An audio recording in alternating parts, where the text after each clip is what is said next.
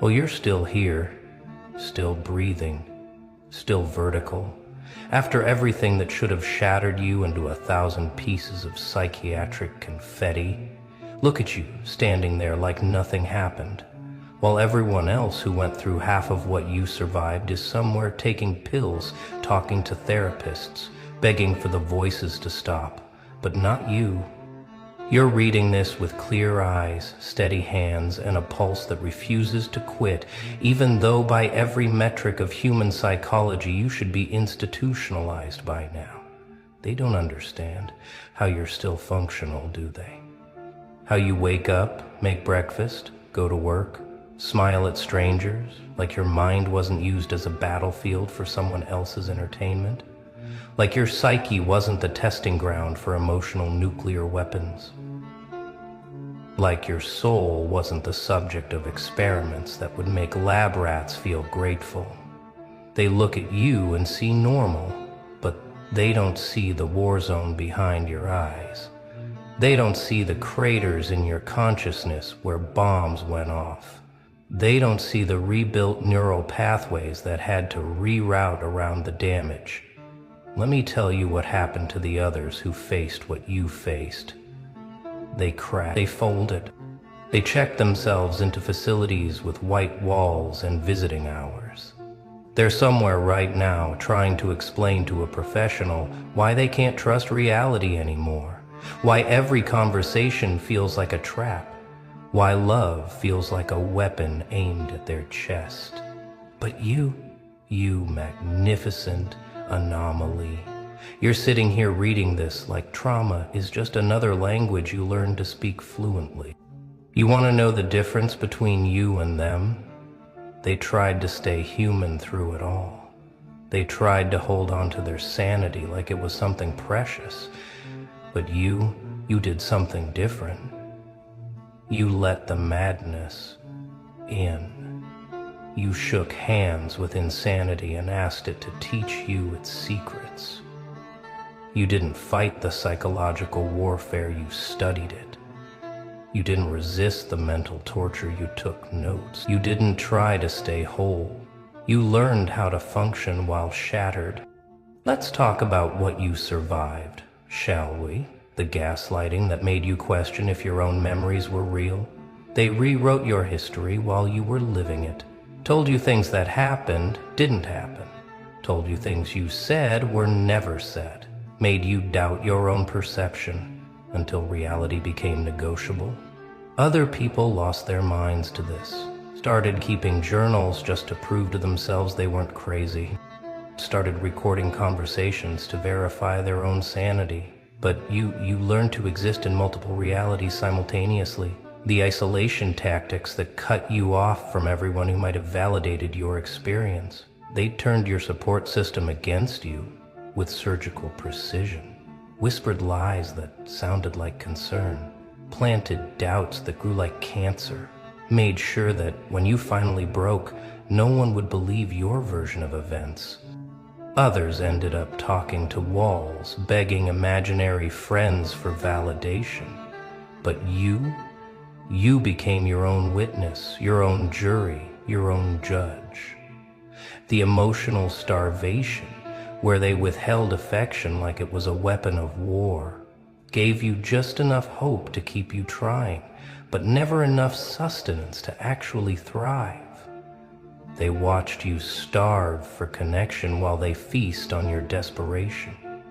Others developed attachment disorders that will haunt them for decades. Can't form bonds without fearing abandonment.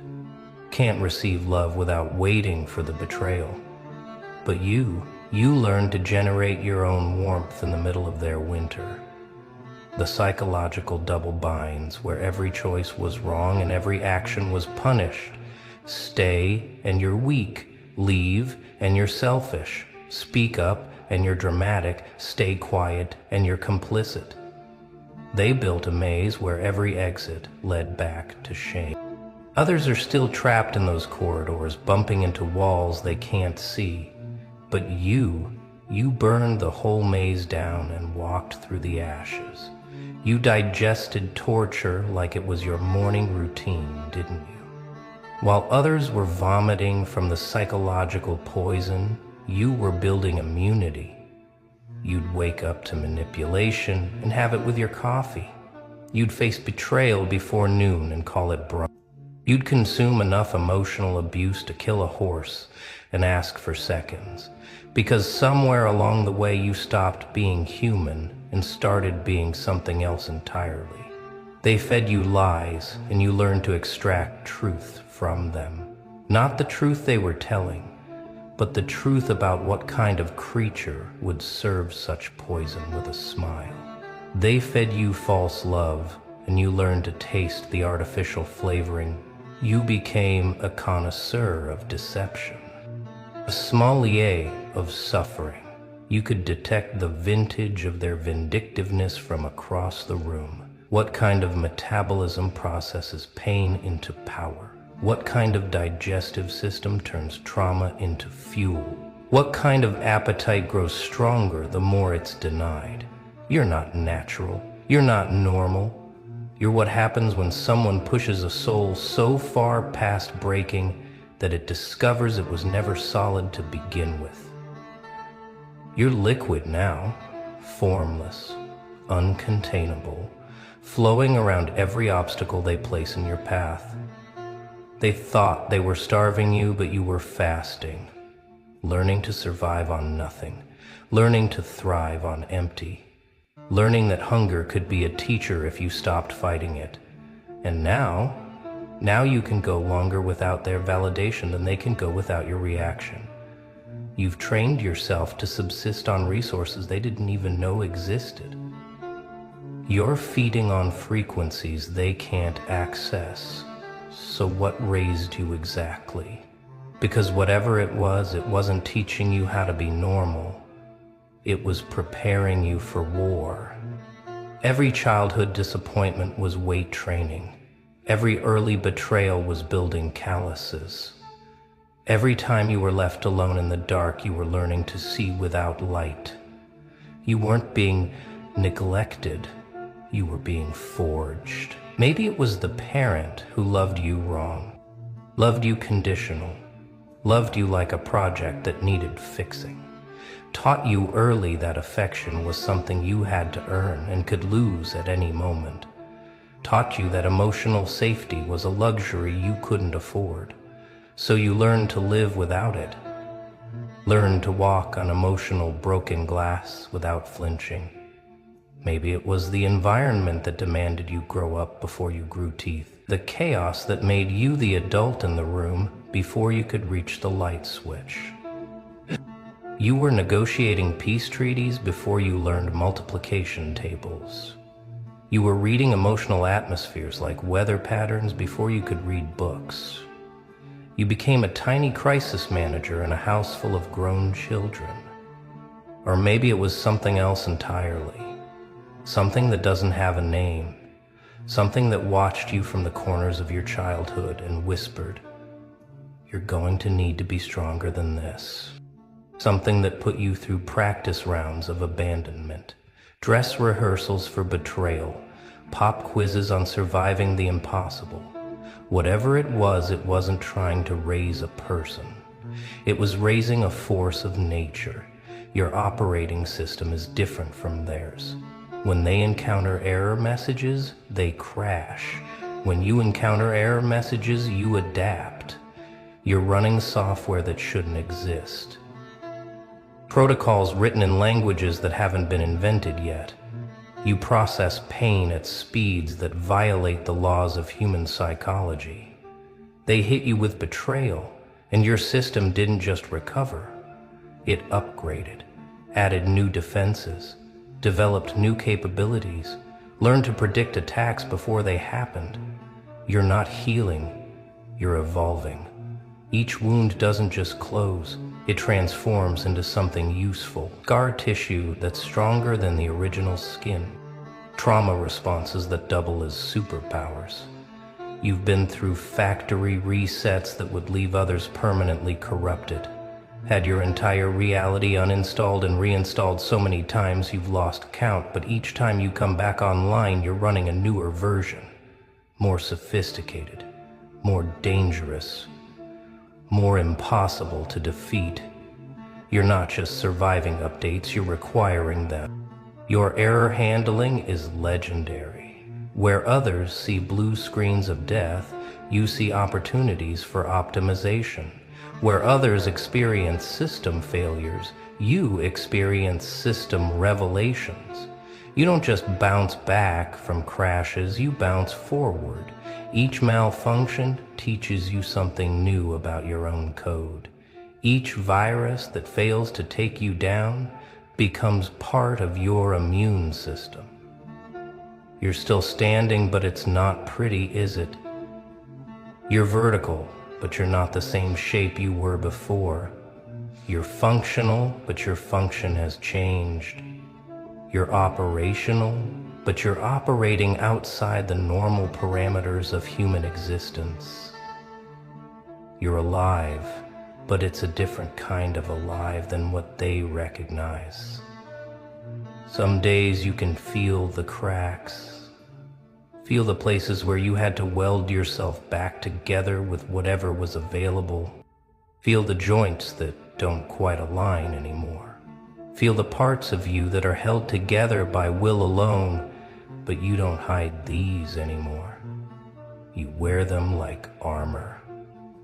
Let others see that you can function while fractured. Let them wonder how you're managing to walk when you're technically broken. You stand different now. Not with pride, but with defiance. Not with confidence, but with certainty. The certainty of someone who's already survived their own death. You don't stand tall, you stand inevitable. Like gravity, like time, like something that simply cannot be stopped by conventional means.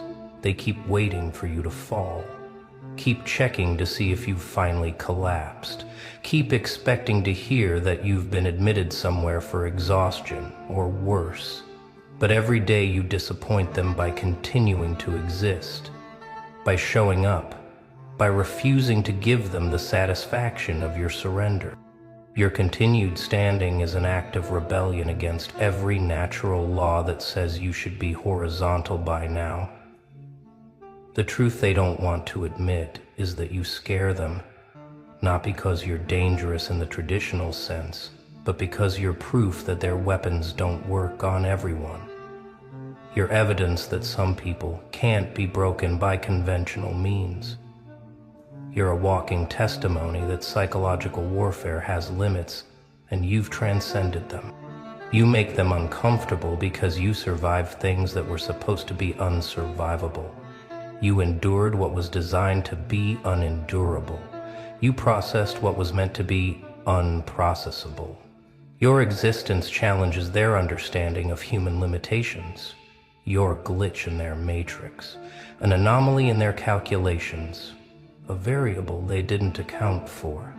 They studied human psychology to learn how to break people, learned which buttons to push, which wounds to target, which fears to exploit. But you rewired yourself while they were pushing buttons, changed your own programming while they were trying to hack you. They kept using the same playbook, but you were writing a new game entirely. Now they look at you with a mixture of fear and fascination, like scientists looking at a specimen that shouldn't exist according to their theory. They want to study you, but they're afraid to get too close. Afraid that whatever you have might be contagious. Afraid that your immunity might spread. Afraid that others might learn your secret. Let's talk about how you actually digested all that poison. Because while others were trying to spit it out, you were breaking it down into nutrients. While they were seeking antidotes, you were building tolerance. While they were avoiding contamination, you were becoming immune. You didn't just survive the toxicity, you metabolized it. Every lie they fed you became data. Every manipulation became education. Every gaslight became illumination. You weren't just enduring abuse, you were studying it, taking samples, running analysis, building a database of dysfunction that would serve you later. You became a scholar of suffering, a professor of pain, a master of the very weapons they used against you. Your emotional digestive system evolved to process things that would poison others, developed enzymes that could break down betrayal, acids that could dissolve deception, bacteria that could ferment fear into fuel. You became a processing plant for psychological waste, taking in what others couldn't handle and converting it into something useful. The thing about digesting torture is that it changes your appetite. Normal food starts to taste bland, regular relationships feel insubstantial, ordinary problems seem like aperitifs. You've developed a palate for intensity that most people can't understand. You're not seeking drama, but you're no longer afraid of it either. You can consume chaos like others consume comfort. Whatever raised you gave you an education in survival that no university offers, taught you courses that don't have names, give you degrees in disciplines that don't officially exist. You graduated from schools that aren't on any map. Got your PhD in psychological warfare before you got your high school diploma. You learned to read people like crime scenes, to analyze motivations like evidence, to predict behavior like weather patterns. You learned that words could be weapons and silence could be armor, that love could be leverage and trust could be a truth. These weren't lessons you wanted, but they were lessons you needed. Your curriculum included advanced courses in emotional archaeology, digging through rubble to find fragments of truth, reconstructing entire histories from broken pieces, carbon dating lies to determine their origin. You became an expert in excavating reality from beneath layers of deception. You studied the architecture of abuse until you could recognize its blueprints from a distance. Learned to identify the foundation before the walls went up. Could spot the load-bearing lies that held the whole structure together. You didn't just learn to escape these constructions, you learned to prevent them from being built around you. Whatever tried to break you underestimated what they were dealing with. They thought you were standard issue human, thought you would respond to standard protocols, thought you would break along predictable fault lines. But you weren't built to specifications. You were some kind of prototype that shouldn't have made it past quality control. The demons assigned to your case file must have been confused. Their usual tactics weren't working. Their reliable methods were failing. Their time-tested tortures were being absorbed like vitamins. They kept escalating, thinking surely there must be a breaking point. But every escalation just revealed another level of your resistance. They threw everything at you, the full arsenal of psychological weapons, the complete catalog of emotional torture, the entire playbook of mental manipulation, and you just stood there, absorbing it all like a sponge that couldn't be saturated, like a black hole that couldn't be filled, like an appetite that couldn't be satisfied. Now those same demons probably use you as a cautionary tale, a case study in what not to attempt, a warning about the ones who can't be broken by conventional means. You've become the story they tell to explain why sometimes it's better to just walk away, why some souls are too expensive to try to harvest. But let's be honest about what this cost you, because standing doesn't mean you're not bleeding. Surviving doesn't mean you're not scarred. Functioning doesn't mean you're not fundamentally altered. You paid for this immunity with pieces of yourself you'll never get back. You lost the ability to be naive. Can't unsee the patterns once you've learned to recognize them. Can't untaste the poison once you've identified its flavor.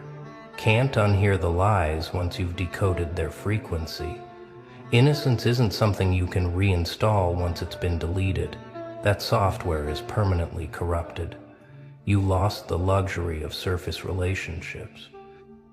Can't do small talk when you've been to the depths. Can't pretend to care about trivial problems when you've solved impossible equations. Can't relate to people who've never had their reality questioned. You're speaking a language that most people don't even know exists. You lost the comfort of belonging. You're too much for some people and not enough for others. Too intense for the shallow end, but too damaged for the deep end. Too aware for the sleeping, but too scarred for the awakened. You exist in a category of one, a demographic that doesn't have a name. So here's what I need you to understand. You're not still standing because you're strong. You're still standing because you're transformed. You're not surviving because you're tough. You're surviving because you've transcended the normal rules of survival. You're not functional because you've healed. You're functional because you've evolved past the need for healing. What you've become doesn't have a diagnosis because it doesn't exist in their manuals. Doesn't have a treatment because it's not a condition. Doesn't have a cure because it's not a disease. It's an adaptation, an evolution, a mutation that occurred under extreme conditions that most people will never experience. You're the result of psychological natural selection, the survivor of emotional elimination rounds that removed everyone else from the competition. You're what's left when everything else has been burned away. The irreducible minimum, the thing that cannot be destroyed because it's already been through every form of destruction. They should study you, but they won't, because you'd break their theories. Should document you, but they won't, because you'd invalidate their research. Should acknowledge you, but they won't, because you'd force them to rewrite their understanding of human limitations. You're too inconvenient to their narrative, too threatening to their worldview. You want to know what really terrifies them? It's not what you survived, it's what you're becoming. Because someone who's digested that much poison has developed an immunity that makes them unstoppable. Someone who survived that level of psychological warfare has learned tactics that can't be defended against. Someone who's still standing after what you've been through is just getting started. You're not in recovery, you're in training. Not healing from the last battle, but preparing for the next level. Not trying to get back to normal, but establishing a new baseline that exists beyond their comprehension. You're not trying to fit in anymore. You're building your own reality with its own rules and its own physics. They know that someone like you can't be controlled by conventional means, can't be motivated by normal rewards or threatened by standard punishments, can't be manipulated by the usual methods, because you've seen them all. You've become ungovernable, unmanageable, unpredictable in ways that make their systems obsolete. The future you're creating doesn't include them, and they know it. Doesn't require their approval or their participation. Doesn't depend on their structures or their permissions. You're building something from scratch, using materials they don't recognize and blueprints they can't read. You're not just surviving their world, you're making it irrelevant.